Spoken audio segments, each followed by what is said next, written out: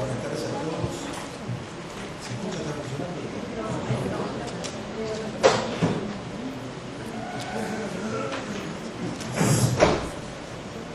Buenas tardes. Yo en primer lugar quisiera agradecer a los organizadores de este evento, de esta invitación, y que me parece, quisiera aprovechar para felicitar también al Ministerio de Justicia por el envío de este proyecto de ley de responsabilidad penal juvenil al Parlamento. Yo creo que hoy, en este panel de legisladores que tuvimos hoy en la mañana, quedó muy claro que el envío de la ley al Parlamento no es la culminación de este proceso, sino que es la culminación de una parte no poco importante de redacción de un proyecto de responsabilidad penal juvenil, y se abre en este momento un debate. En relación a este debate, en relación al debate que se avecina, yo pensé cuál era la mejor forma de aportar a este debate que se va a dar en el Parlamento, pero no se va a dar solamente en el Parlamento, sino aquí nosotros vimos la manifestación de voluntad de los parlamentarios de abrir este debate a la sociedad civil. Yo fui durante muchos años asesor regional de UNICEF para el área de derechos del niño, para toda la región de América Latina, y en ese carácter me tocó participar prácticamente en primera persona en prácticamente todos los procesos de reforma legislativa que en América Latina se dieron desde 1990, con el proceso de reforma en el Brasil, y aquí mañana nosotros vamos a tener dos participantes de Brasil. Esto me va a permitir a mí no hacer referencias explícitas y detalladas al proceso de Brasil, porque ustedes mañana van a tener probablemente una inmersión mucho más detallada en este proceso, que no solamente fue el primero de los procesos de reforma legislativa en América Latina, sino que fue desde el punto de vista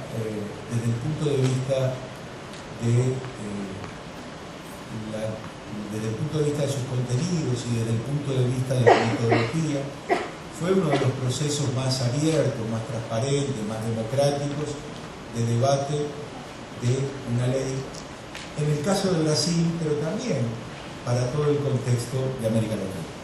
En consecuencia, yo lo que me parece que puedo contribuir de alguna forma a este debate es ofrecer alguna experiencia de haber participado en todos estos procesos, una experiencia que tiene que ver con la práctica, pero no solamente con la práctica, que tiene que ver con una reflexión sobre los procesos de reforma legislativa en general, y muy en particular sobre este tema de la responsabilidad penal juvenil. En el título de esta ponencia aparece el tema de la Convención Internacional de los Derechos del Niño y su relación con los modelos de responsabilidad penal juvenil en América Latina. Hace ya bastante tiempo que existe un consenso muy fuerte en no ahorrar adjetivos cuando uno caracteriza cuando uno nombra a la Convención Internacional de los Derechos del Niño. Y decimos de la Convención Internacional de los Derechos del Niño que la Convención es una revolución copernicana, es una divisoria de aguas, es un antes y después en la consideración jurídica de la infancia. ¿Qué es la Convención? La Convención, y yo quisiera aclarar que la Convención, como todo instrumento complejo, admite más de una definición que no son de carácter excluyente. La Convención es un instrumento jurídico de carácter internacional Pero más precisamente la Convención es un instrumento específico de derechos humanos de aquellos cuya única peculiaridad, cuya única especificidad es no haber cumplido los 18 años de edad. Ustedes saben, a la fecha, la Convención es el instrumento de derechos humanos. Hay muchos instrumentos de derechos humanos referidos a otras categorías, en este caso se trata de la infancia. Es el instrumento de derechos humanos socialmente más difundido, pero al mismo tiempo jurídicamente más ratificado en toda la historia de la humanidad. Solamente hoy un país no ha ratificado la Convención Internacional de los Derechos del Niño, que es Estados Unidos. Hasta hace muy poco tiempo eran dos los países que no habían ratificado, que además de Estados Unidos era Somalia. Somalia hace muy poco acaba de ratificar la Convención Internacional de los Derechos del Niño. Hay palabras o hay frases que, como decía Borges, no admiten ninguna réplica, pero tampoco convencen demasiado a nadie. Y a mí me parece que de esas frases que no admiten réplica, pero que no convencen demasiado a nadie, una de ellas es: la Convención nos cambia el futuro de los derechos de la infancia. Me parece que esta es una frase incontestable, pero al mismo tiempo que es incontestable, no me parece que sea una frase que nos permita extraer algún tipo de conclusión un poco más profunda. ¿Sí? Se agota en el mero eslogan. A mí no me interesa tanto considerar a la Convención como un instrumento que cambia el futuro de la consideración jurídica de la infancia, porque, dicho sea de paso, eso dependerá después. La Convención es un instrumento jurídico de carácter internacional, pero su valor efectivo dependerá del uso que de esta Convención se haga en cada contexto nacional. Porque a mí me parece importante que ningún organismo internacional, ningún tratado internacional puede sustituir a la voluntad política y las transformaciones culturales que de estas se derivan, que se dan en los contextos nacionales. En consecuencia, a mí me interesa considerar a la Convención no como un instrumento que nos cambie el futuro, sino más como un instrumento que nos cambie el pasado. Yo lo que quisiera decir es que la Convención realmente ha cambiado el pasado de la consideración jurídica de la infancia. ¿En qué sentido la Convención ha cambiado el pasado? La Convención ha cambiado el pasado en el sentido de que nos ha permitido entender que todas las legislaciones de menores en América Latina, desde la primera de ellas como legislación específica, que es la Ley Agote Argentina de 1919, asombrosamente vigente todavía, hasta las legislaciones que se dieron en la década del 80, e incluso hasta la última legislación que desde el punto de vista temporal fue incluso posterior a la Convención, como es el caso del Código de Menores de Colombia de comienzo de 1990, la Convención nos ha permitido entender el carácter profundamente inconstitucional de toda la legislación de menores. Yo pensaba muy particularmente esto cuando hoy la diputada Pía Guzmán planteaba este problema del habeas corpus. Todas las constituciones de América Latina, todas, sin ningún tipo de excepción, y no me refiero a las constituciones actuales, sino desde la haitiana de 1804, que es la primera constitución de América Latina, plantean palabras más o palabras menos que nadie, que ningún habitante de la República, que ningún ser humano podrá ser detenido sino en flagrante delito o por orden escrita de autoridad competente o orden escrita de autoridad judicial competente.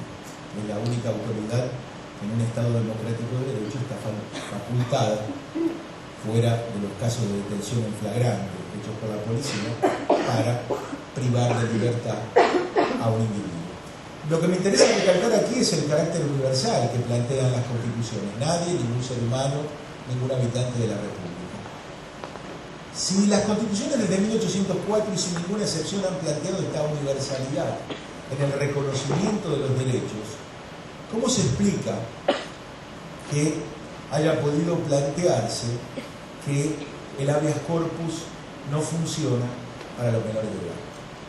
A mí me parece que aquí está la clave para entender tanto el valor potencial y real de un instrumento como la Convención Internacional de los Derechos del Niño, cuanto el uso potencial de esta convención, cuanto el sentido que tiene la formulación de un proyecto de responsabilidad penal juvenil. Pero no quiero anticiparme y quiero todavía permanecer un momento en este problema de la convención cambiándonos el pasado. La convención, decía yo, nos ha permitido entender el carácter inconstitucional de toda la legislación de menores desde 1919, primera legislación específica hasta nuestros días.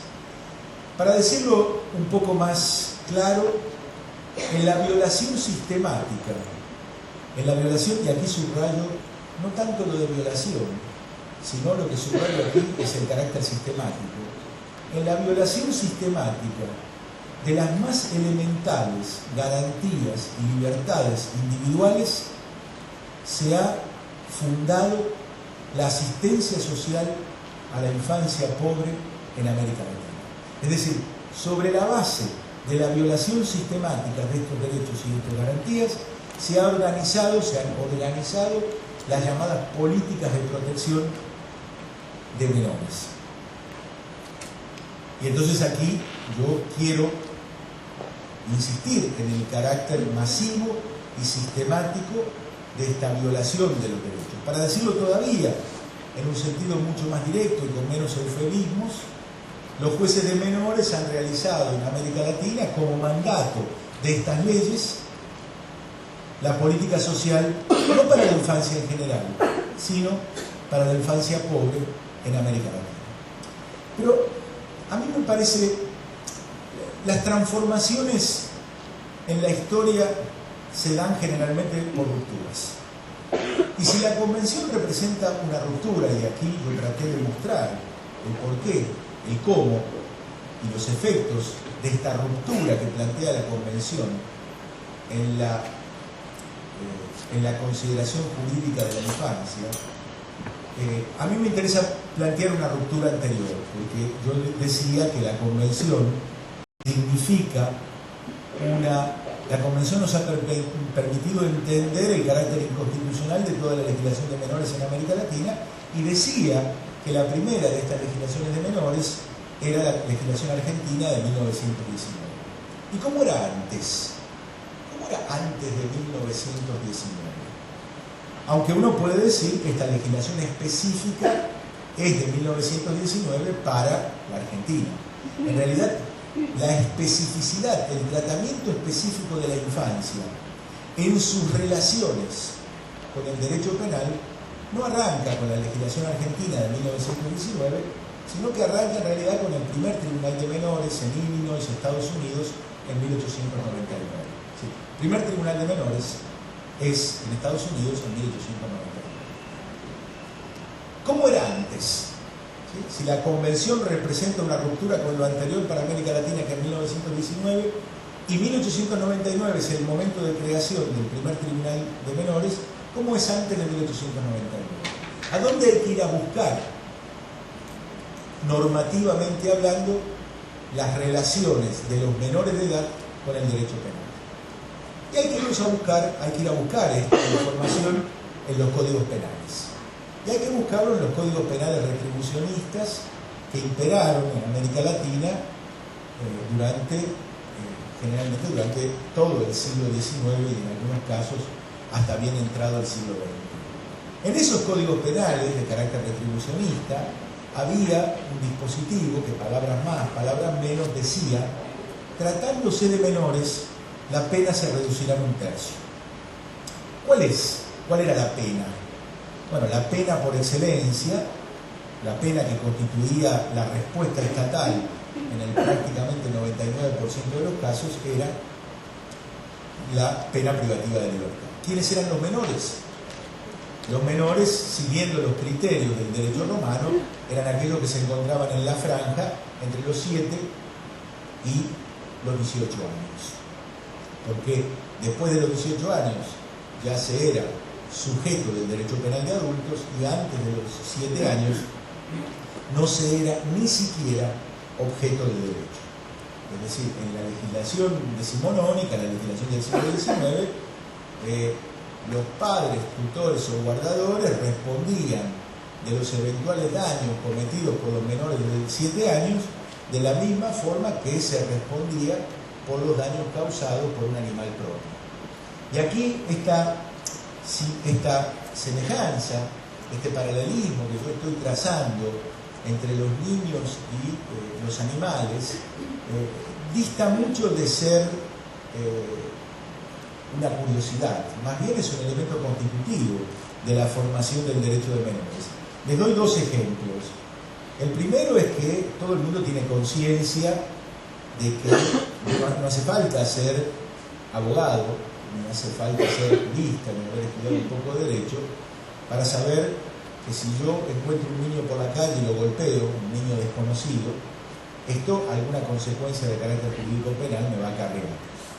Pero si este niño desconocido, en vez de ser un niño desconocido, es un sobrino, la concepción de ilicitud disminuye notablemente en relación al niño desconocido, y si en vez de ser un sobrino es un hijo, la concepción de ilicitud frente a una eventual lesión que pueda producir sobre el niño desaparece totalmente.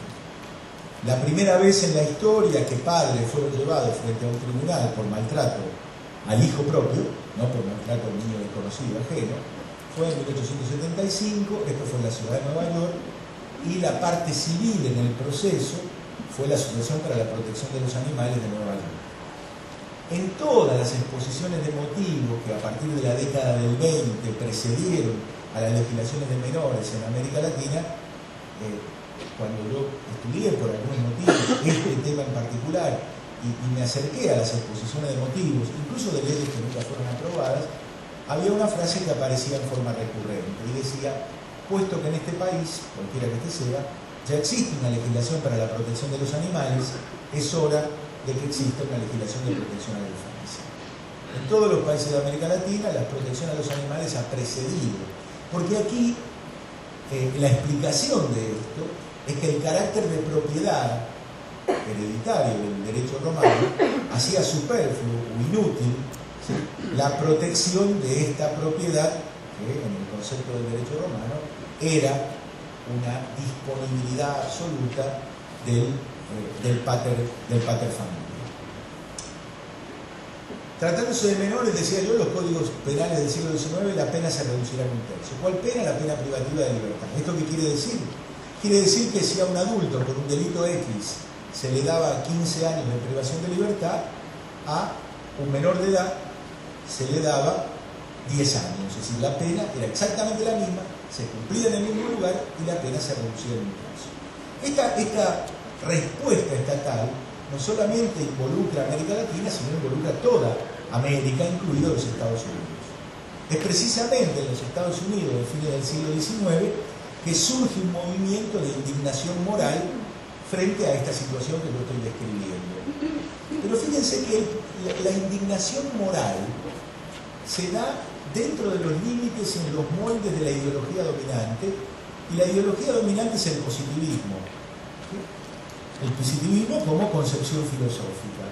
Y si hay algo que caracteriza el positivismo es su obsesión clasificatoria.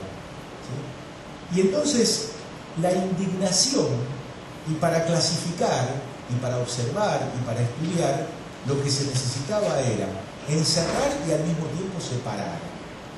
Esta indignación, y hay un libro maravilloso que seguramente muchos de ustedes conocen, que es este libro de un autor inglés que se llama Anthony Platt, que se llama Los Salvadores de Niños, la invención de la delincuencia, que cuenta este proceso de el proyecto de los reformadores, que son los salvadores de la infancia del fines del siglo XIX. Los salvadores de la infancia se indignan no con la privación de libertad como respuesta estatal para un arco muy amplio de conflictos que iban desde violaciones flagrantes a la ley penal hasta conductas, hasta lo que vagamente se puede definir conductas antisociales, pasando por aquellos menores necesitados de protección. La indignación se da, decía yo, en los moldes de la ideología dominante, y en los moldes de la ideología dominante, los reformadores se indignan no con la privación de libertad de estos menores de edad, se indignan con la promiscuidad. Es decir, se indignan con el hecho de que los menores de edad y los adultos fueran colocados en las mismas instituciones. Este es un movimiento de lucha por la separación. Y este es un movimiento que en pocos años tiene éxito. Y en consecuencia se crea una jurisdicción especializada, separada de la de los adultos. Pero en la medida en que se crea, la infancia aquí va a pagar un precio muy alto por esta especificidad.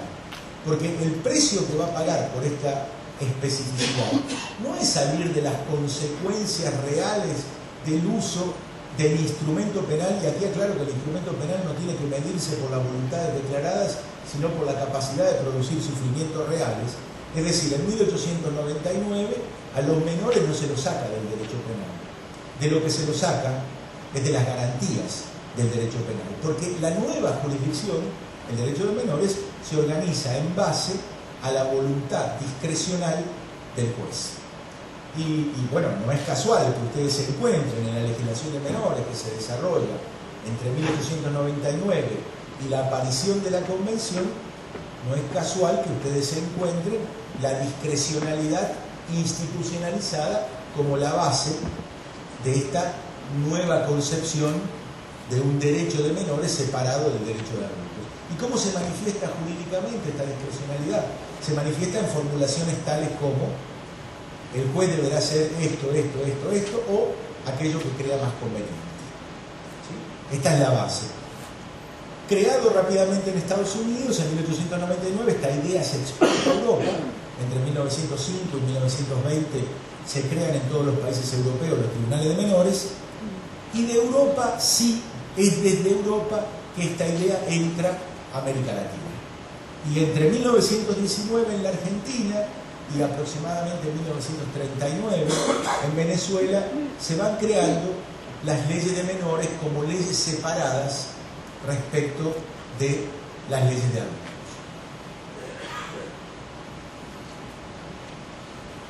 Es claro que esta legislación, que es una legislación de menores, y aquí el concepto de menor no aparece en el sentido técnico jurídico de la palabra, sino aparece en un sentido político-cultural, en un sentido social. Estas legislaciones no son legislaciones para toda la infancia. Es decir, de otra forma uno no entiende, es decir, todavía hoy cuesta entender desde un punto de vista de la Organización Nacional del Derecho la existencia de un derecho de menores y de un derecho de familia. En todo caso, yo no voy a abundar en esto, pero me permito decir que la existencia de un derecho de menores y la existencia de un derecho de familia remite a esta dicotomía entre aquella parte de la infancia con sus necesidades básicas satisfechas, que resuelve sus eventuales conflictos con el Código Civil o con el Código de Comercio, y aquella parte de la infancia con sus necesidades básicas total o parcialmente insatisfechas, que es objeto de la intervención estatal.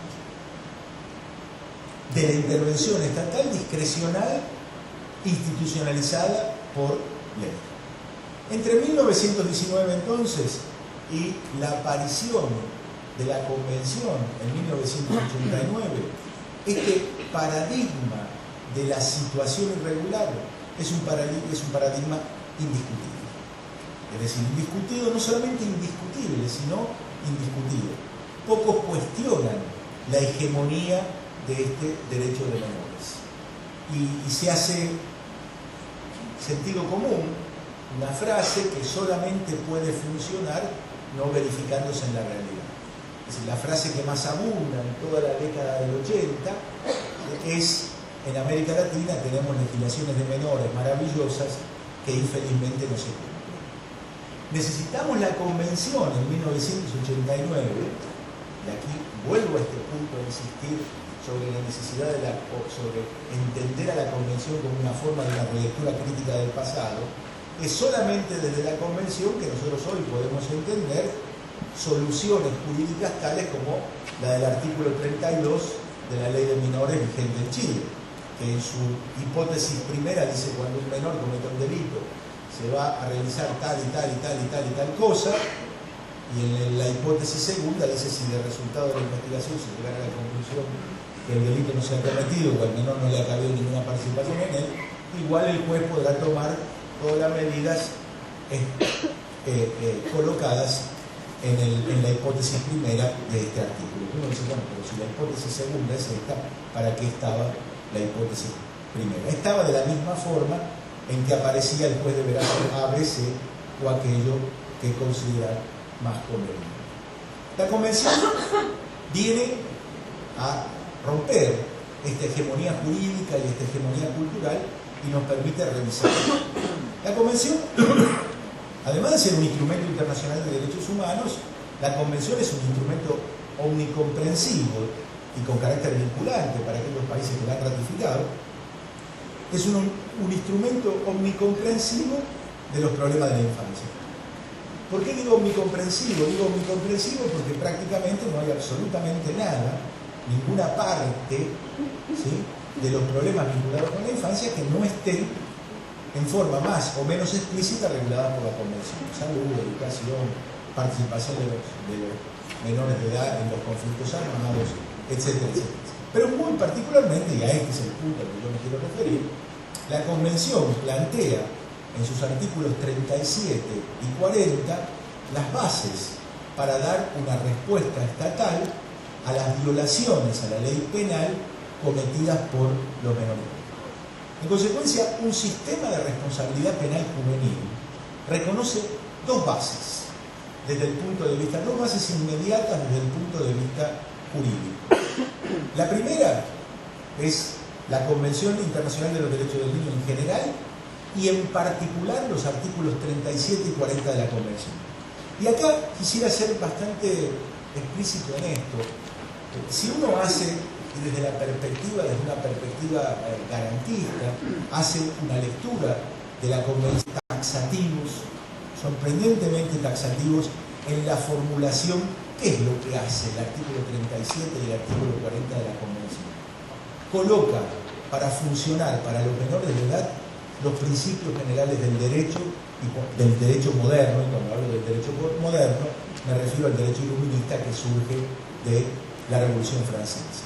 Todos los principios, el debido proceso, el de impugnación, la finalidad de las penas, el de defensa del juicio, es decir, todos los principios generales del derecho no aparecen en el espíritu de la Convención, aparecen en la letra explícita de la Convención.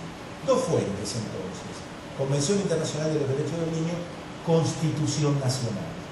Es decir, un proyecto de responsabilidad penal juvenil que no se proponga hacer una adecuación eufemística, es decir, una declaración de principios que luego reconoce su negativa, abriendo espacio de discrecionalidad a la interpretación judicial que permita negar los derechos declarados, tiene que tener como base estos dos principios. Pero estos dos principios son la condición necesaria, no son la condición suficiente para la formulación de un proyecto de responsabilidad penal juvenil. Lo que sucede es que estas dos bases, la Convención Internacional de los Derechos del Niño y la Constitución Nacional, comparadas con las leyes de menores vigentes, aquí no necesitamos ninguna comparación exótica, comparada a la Convención Internacional, artículos 37 y 40, y comparada a la Constitución Nacional con el artículo 32 de la ley de menores vigente, de ahí se desprende el carácter flagrantemente inconstitucional, ¿no es cierto?, no solamente injusto, sino inconstitucional de esta convención.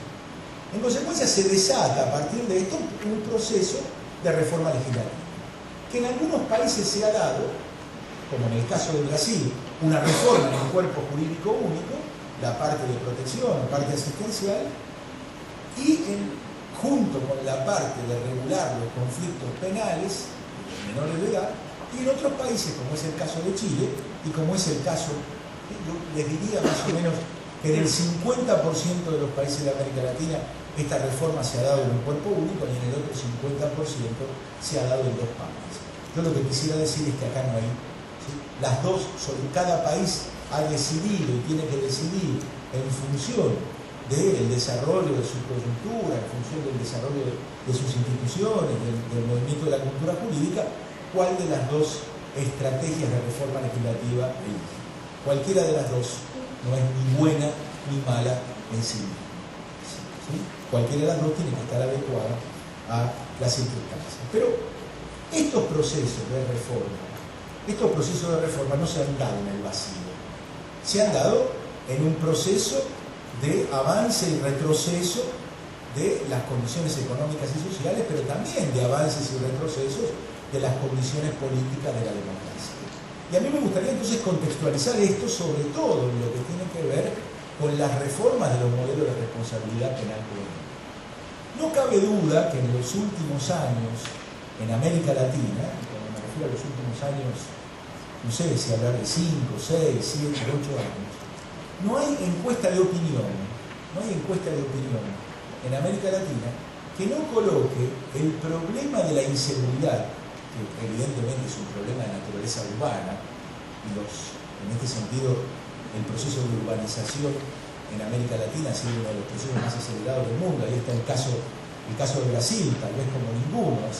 Brasil en la década de los 50 tenía 75% de la población rural y 25% urbana. Hoy Brasil tiene el 25% de la población rural y el 75% de la población urbana.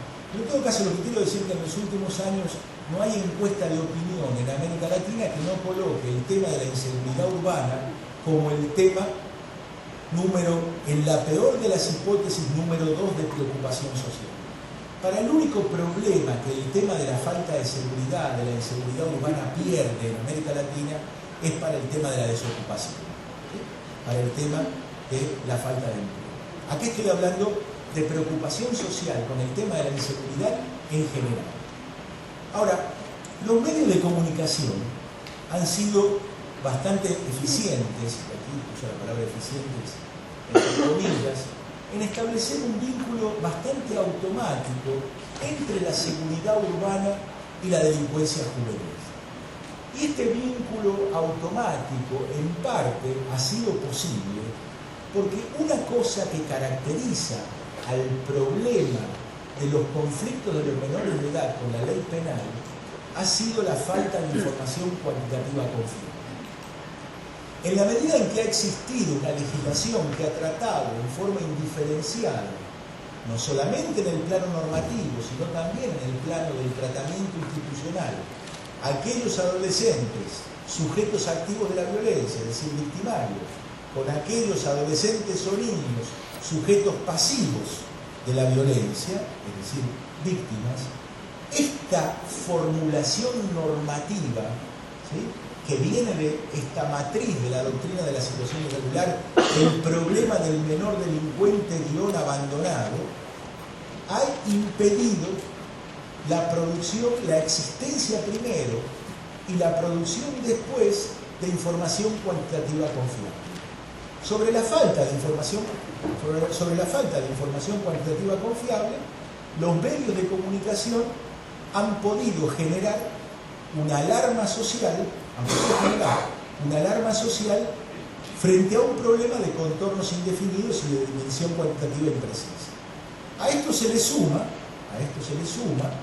aquellos inescrupulosos que han entendido a la política como espectáculo y que han visto, ¿sí?, durante muchas coyunturas, sobre todo las coyunturas de carácter electoral, que era un buen negocio cambiarle a la gente la promesa, la sensación de seguridad por votos. Pasaba la coyuntura electoral, ellos se quedaban con los votos y la gente se quedaba con la sensación de seguridad, que no es lo mismo. Es decir, lo que caracteriza el tema de los conflictos de los adolescentes con la ley penal ha sido esta falta de información cuantitativa confiable, esta alarma social alimentada por la falta de información, en el caso, la falta de información cuantitativa confiable. Y cuando hablo de falta de información cuantitativa confiable, no me estoy refiriendo a información sofisticada, me estoy refiriendo a la más elemental de la información. Y desde el punto de vista oficial, institucional, hay países de América Latina, ejemplo el mío, ¿sí?, que ignora hasta el número de los menores de edad privados de libertad, cuando esta no es una información que tiene problemas de naturaleza conceptual. Durante muchos años en América Latina se gastó dinero, recursos y esfuerzos ¿sí?, en tratar de entender cuántos niños de la calle había en un determinado lugar, hasta que alguien se dio cuenta de que aquí no solamente había un problema de naturaleza técnica, sino un problema de naturaleza conceptual. ¿Sí? ¿Cuántas horas tiene que estar un niño en la calle para ser considerado de la calle? ¿Sí? Porque yo siempre digo, ¿cuántos pelos le tiene que faltar a una persona para ser considerado calvo? ¿Sí? Bueno, acá pasa lo mismo. Bueno, hay casos que no presentan dudas, pero bueno.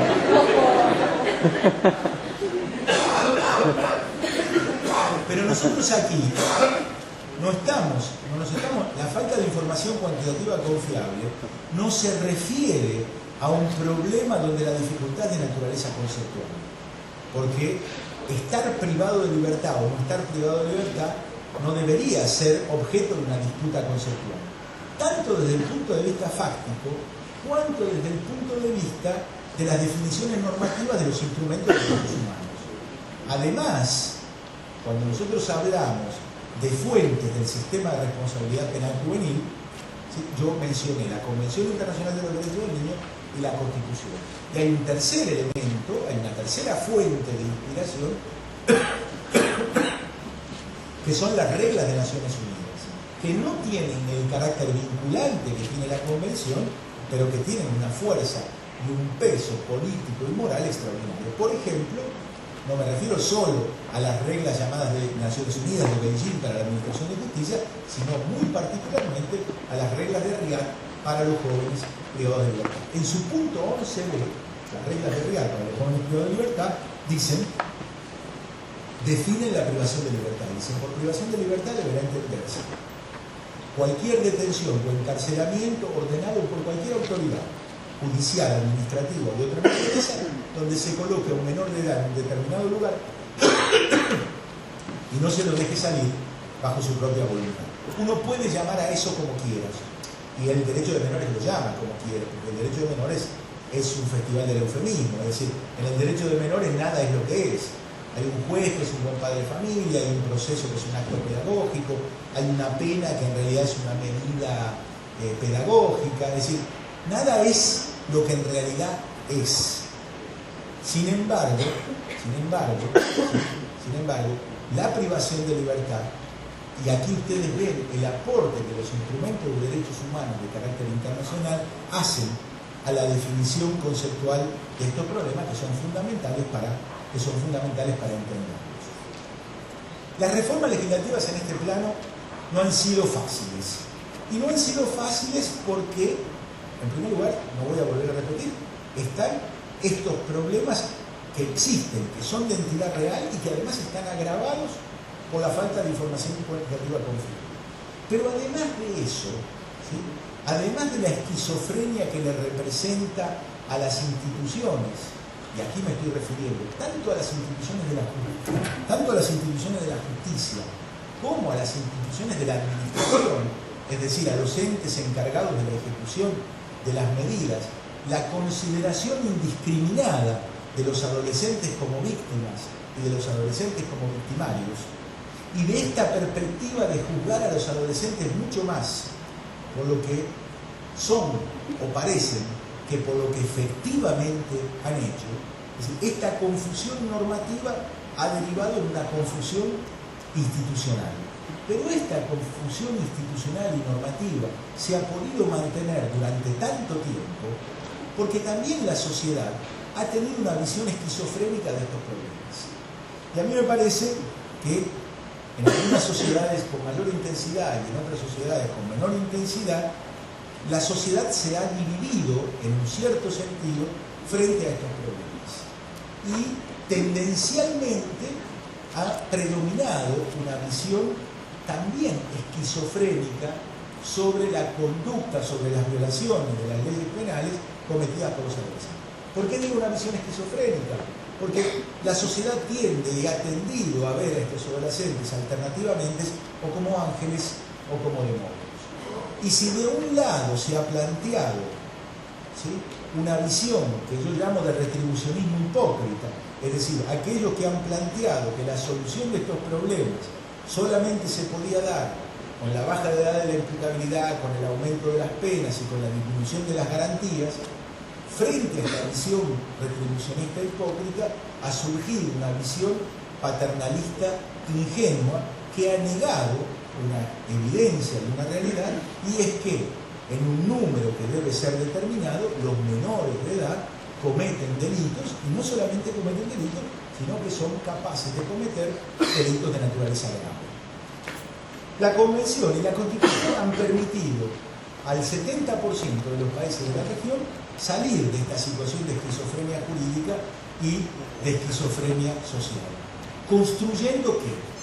Construyendo un nuevo entendimiento del problema.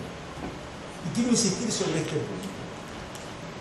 Yo soy de los que piensa construyendo un nuevo entendimiento del problema. Yo soy de los que piensan que los problemas sociales no existen fuera de mi percepción. No es que el problema de la delincuencia juvenil existe ahí y yo soy un observador externo, neutro, ¿sí?, que vengo a observar este problema. Yo soy de los que está absolutamente convencido que mi percepción del problema es un elemento co-constitutivo del problema. Y después voy a dar algún ejemplo concreto de cómo la forma de concebir un problema, de cómo la forma de dar respuesta a un problema, ¿sí?, la respuesta jurídica, normativa, la respuesta institucional, ¿sí?, cómo ese tipo de respuesta es un elemento co-constitutivo del problema. Me adelanto para dar un ejemplo que me parece muy pertinente y muy comparable, de dos países que permanentemente adoran compararse entre ellos y que es muy válida la comparación: Uruguay y Costa Rica. ¿Sí? Dos países con una estructura de población, una dimensión cuantitativa, una pirámide poblacional muy distinta. Mientras en Uruguay hay un sistema bondadoso, tutelar y protectivo, en Uruguay hay aproximadamente 400 menores de edad privados de libertad, y en Costa Rica, con un sistema de responsabilidad penal juvenil, el mes pasado había 44 menores de edad privados de libertad. Pregunta: ¿son los adolescentes en Uruguay 20 veces peores, 20 veces más violentos, más perversos que los adolescentes costarricenses? ¿O hay algo en la respuesta que hace que en un caso la dimensión cuantitativa sea de 400 y en la otra sea de 40? Mientras en el Uruguay esos 400 son el resultado de concebir el sistema de administración de justicia como una forma reforzada de política social a veces, o como una forma de venganza otras veces. En el caso de Costa Rica, esto es el caso de Uruguay, en el caso de Costa Rica, el sistema de responsabilidad penal juvenil se utiliza en los dictados de los artículos 37 y 40 de la Convención como medida excepcional, como último recurso para hechos de naturaleza grave. Es decir, lo que ha permitido salir de esta esquizofrenia jurídica e institucional ha sido superar esta visión de los adolescentes como ángeles o como demonios. Y en vez de pensar a los adolescentes como ángeles o como demonios, se ha empezado a pensar a los adolescentes como sujetos de derechos. Pero nadie, a menos que lo haga en forma pedagógica, nadie puede pensar a un adolescente como sujeto de derechos si no lo piensa al mismo tiempo como sujeto de responsabilidades. Aquí está la base política de la construcción de un sistema de responsabilidad penal juvenil. Yo quisiera decirles aquí que los países de América Latina han sido, en un cierto sentido, han sido pioneros en la creación de un tipo de sistema de responsabilidad penal juvenil, que es el que hoy está vigente en Brasil, o está vigente en Costa Rica, o en El Salvador, o en el Perú, ¿sí?, en los países que han realizado este proceso de reforma. Y aquí, fíjense que yo he introducido el concepto de adolescente. Y yo no estoy utilizando aquí el concepto de adolescente, no lo estoy utilizando como una categoría psicológica, no lo estoy utilizando como una categoría cultural, lo estoy utilizando como una categoría jurídica. Se ha partido de la base, siguiendo los postulados de la psicología evolutiva y del sentido común, que a pesar de que la Convención define como niño a todo ser humano menor de 18 años, no es lo mismo un ser humano de 4 que un ser humano de 17. Y se ha planteado una frontera entre niños y adolescentes. Y se ha dicho lo siguiente: todos los menores de 18 años son y deben ser inimputables, es decir, no responden, ¿sí?, de la misma forma por sus violaciones a la ley penal como responden los adultos. Los niños, además de ser inimputables, que es esta categoría jurídica de niños, son irresponsables penalmente. Los adolescentes, en cambio, son inimputables penalmente, pero son responsables penalmente. Es decir, responden en los términos de las leyes de responsabilidad penal juvenil. En general, en los últimos años ha habido un acuerdo en colocar la franja de la adolescencia entre los 14 y los 18 años de edad. ¿Por qué? Hay un criterio para definir esta franja entre los 14 y los 18 años que el diputado Juan Bustos esta mañana explicitó, que coincidía con el fin de la educación básica obligatoria. Yo no me parece mal ese criterio, pero no me parece que tenga que ser ni el criterio único ni el criterio definitorio. Hay un criterio de política criminal que me parece mucho más importante para reafirmar los 14 años como la base del comienzo del sistema de responsabilidad penal juvenil. Y es que la experiencia en casi todos los países que no conozco, en ningún país donde esto no se verifique, las investigaciones serias muestran que los hechos de naturaleza grave cometidos por menores de 14 años son, desde el punto de vista estadístico, prácticamente irrelevantes. Y que suceden alguna vez, pero cuando suceden, como este caso que ustedes seguramente vieron, el caso de aquellos niños de 10 años en Inglaterra que mataron a un niño de 2 años, los medios de comunicación le otorgan por la excepcionalidad el despliegue que le otorgan. Todo el mundo se recuerda de este caso, sin embargo, que es el caso Google, pero sin embargo nadie se recuerda que 8 meses después Inglaterra fue condenada a cambiar su sistema de administración de justicia justamente porque este sistema era violatorio de todos los principios establecidos por la Corte, por el sistema europeo de derechos humanos. O sea, mientras la primera noticia dio la vuelta al mundo, de la segunda noticia no se enteró. Entonces, 14, 18 años. El sistema de responsabilidad penal juvenil, entonces define, saca a los niños del sistema de responsabilidad penal y coloca a los adolescentes. Coloca a la privación de libertad como una medida excepcional y un último recurso. Pero no es suficiente decir que la medida de privación de libertad no es condición suficiente, aunque es condición necesaria, que la ley diga que la privación de libertad es una medida excepcional y un último recurso. Además de eso, hay que ayudar a esta declaración de voluntad de la ley. ¿Y cómo se la ayuda a esta declaración de voluntad? En primer lugar, se le ayuda colocando hipótesis claramente taxativas de los supuestos en los cuales el juez podrá decretar la privación de libertad. Es decir, y aquí normalmente esto tiene que remitir a determinados tipos penales, ¿sí? Uno se imagina un artículo que diga la medida de privación de libertad podrá ser utilizada cuando, y hay una lista de tipos penales, esta es una solución. La otra solución es decir, cuando se trate de un delito cuya pena mínima sea de tanto, es decir, hacer referencia a la sanción del tipo penal. Y fíjense que aquí aparece la palabra podrá, no aparece la palabra deberá. La convención, entre otras cosas, significa una ruptura con el pasado, porque la convención supone una disminución radical de los niveles de discrecionalidad con que el Estado y los adultos trataban a los niños, trataban a la infancia. ¿Qué más discrecionalidad que aquella? El juez deberá hacer ABC o aquello que crea más conveniente. Es decir, esto era la discrecionalidad institucionalizada. En el nuevo sistema de responsabilidad penal juvenil, la única discrecionalidad permitida es la discrecionalidad a favor de la libertad. En consecuencia, es correcto que el juez tenga la facultad discrecional, pero que solamente la pueda usar a favor de la libertad. Es decir, el juez podrá decretar la privación de libertad en tal caso. ¿Qué significa podrá? Significa que también podrá no hacer uso de la privación de libertad para un delito de naturaleza grave cuando haya, ¿sí?, circunstancias que deberán ser debidamente justificadas y que es necesario fundamentarlas. El otro punto que me parece fundamental es la relación que se establece entre el sistema de justicia, y acá cuando hablamos del sistema de justicia en el sentido más estricto de la palabra, me estoy refiriendo de un lado al Poder Judicial, al Ministerio Público y a la defensa, cualquiera sea esta, pública o privada, y del otro lado me estoy refiriendo a la ejecución de la medida. Un sistema de responsabilidad penal juvenil, como es el caso del que se está presentando aquí, implica la existencia de un proceso acusatorio, ¿sí? Y la renuncia al proceso de naturaleza inquisitoria.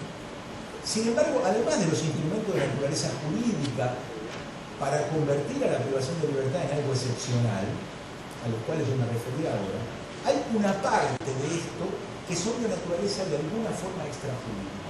Y esto se refiere a la existencia de programas alternativos a la privación de libertad que son de responsabilidad no del sistema de administración de justicia en el sentido estricto, sino del Poder Ejecutivo. No es lógico, ¿sí?, que el Poder Judicial o el sistema de administración de justicia, que es el que define la medida, sea aquel que implemente la medida, que ejecute la medida.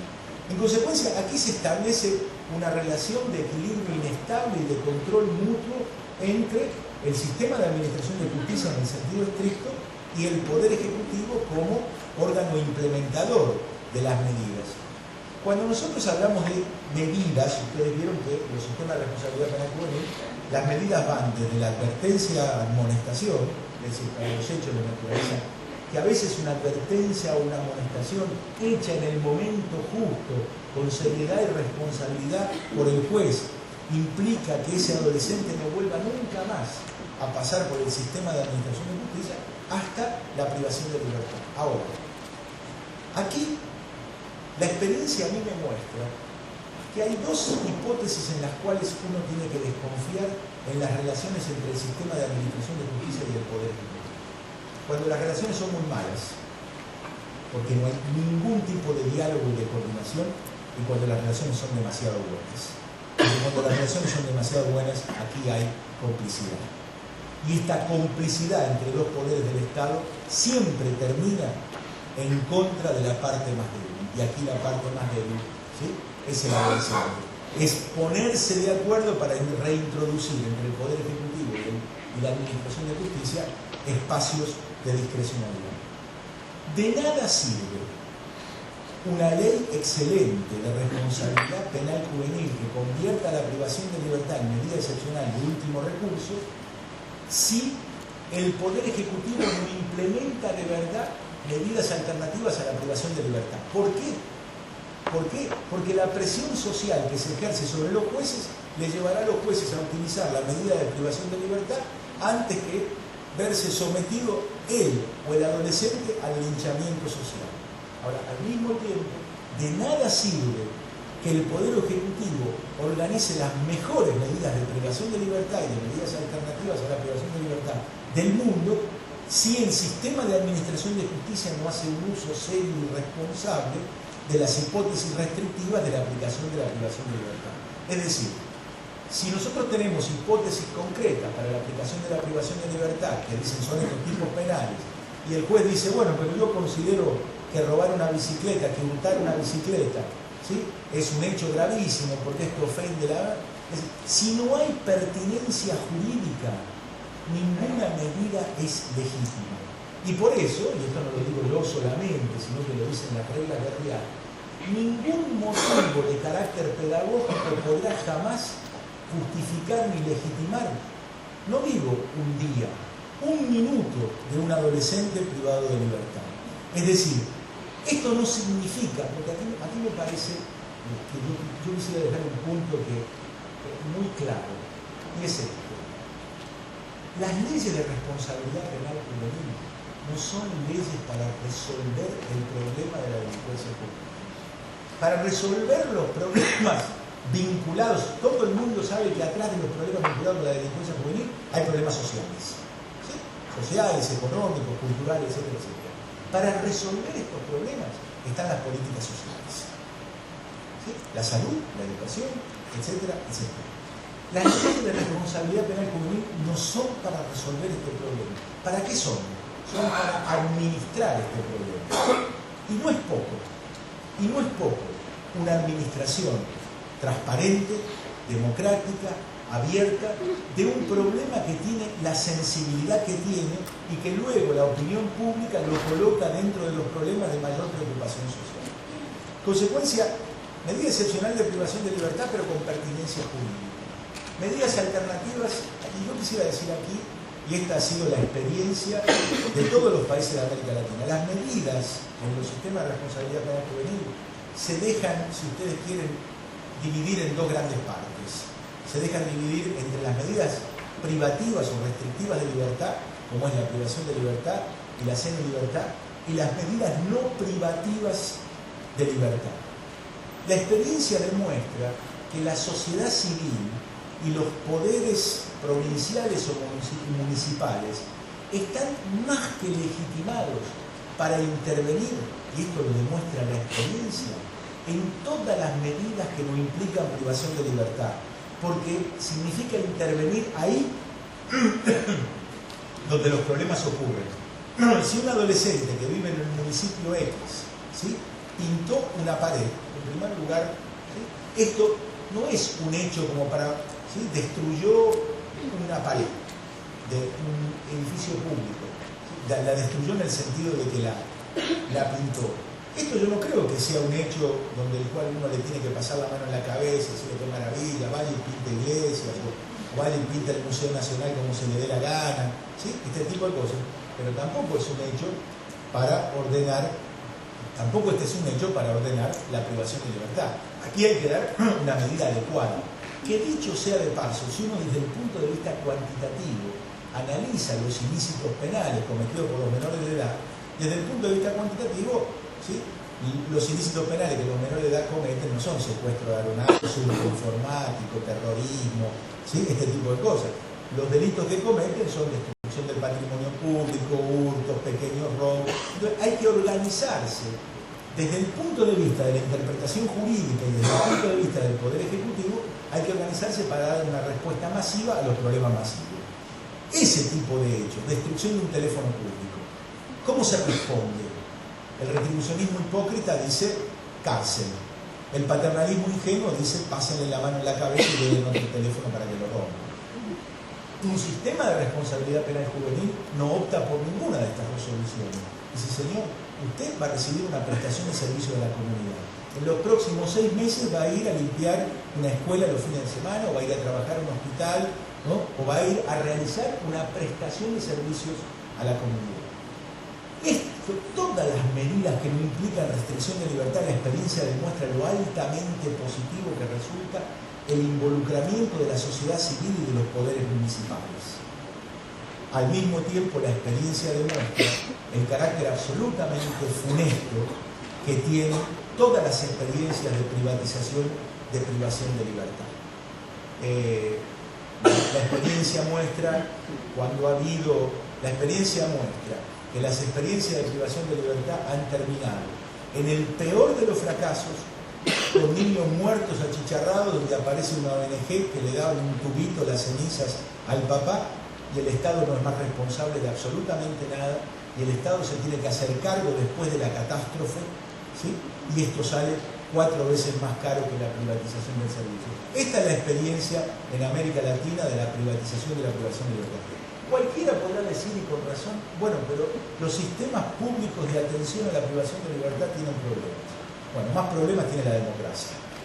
Es decir, la existencia de problemas no es automáticamente, ¿sí?, una legitimación, sobre todo en función de la experiencia, ¿sí?, no es automáticamente una condición suficiente como para la privatización de la privación de libertad.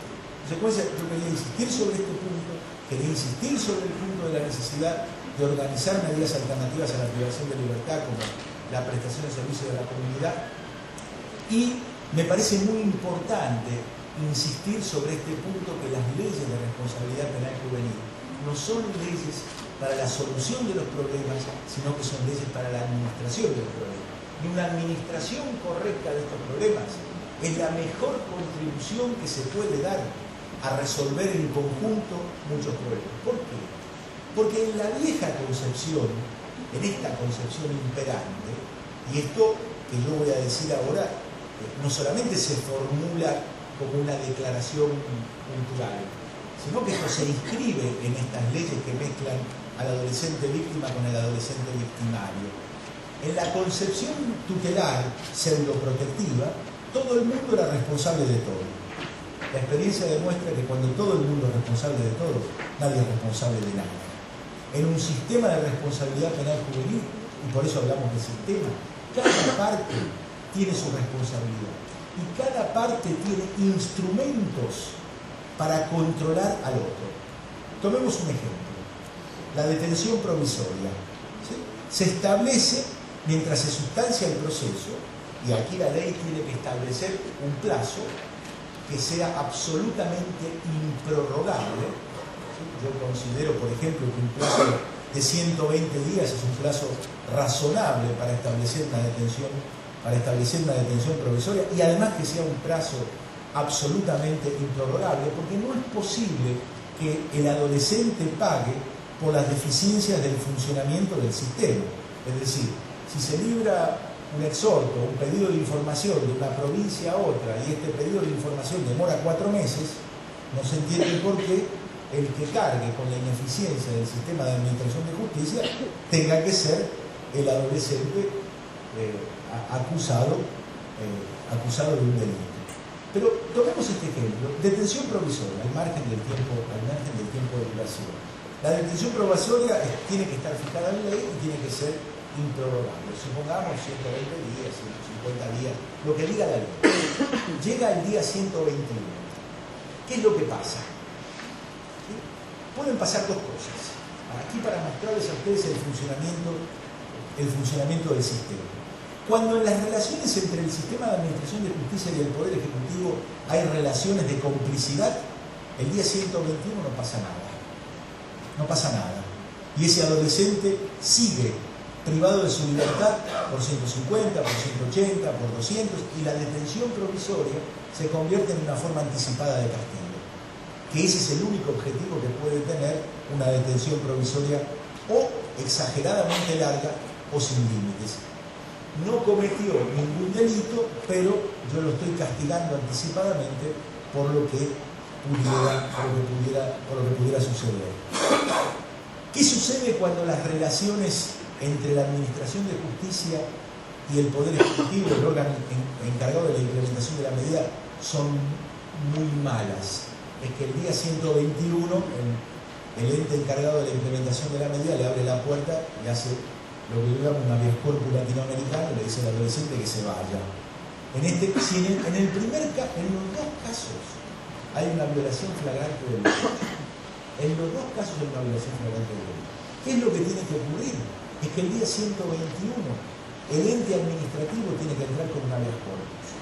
Porque a todo el mundo le parece natural que en las instituciones de tratamiento de privación de libertad haya psicólogos, pedagogos, asistentes sociales, a todo el mundo le parece absolutamente normal, y a mí también me parece normal. Lo que me parece anormal es que no haya abogados. Porque aquí hay un problema de justicia. Y cuando se violan las reglas del juego en una ley de responsabilidad penal juvenil, son reglas del juego para el tratamiento de los problemas de las violaciones a la ley penal, ¿sí? Entonces, además de los profesionales idóneos para el trabajo pedagógico, y yo insistí, después, si no queda claro este concepto, me gustaría aclararlo después, no hay ningún trabajo pedagógico técnicamente idóneo cuando no existe pertinencia jurídica de la medida. Es decir, ¿qué quiero decir con esto? Quiero decir que si nos acostumbramos a cambiar la cultura de un sistema de responsabilidad penal juvenil, cuando esté vigente una ley de responsabilidad penal juvenil y vayamos a visitar una institución de privación de libertad, nosotros no podemos hacer, la primera pregunta es ¿comen, no comen, tienen actividades pedagógicas, deportivas, etc.? Esa tiene que ser la segunda pregunta. La primera pregunta es ¿merecen estar aquí?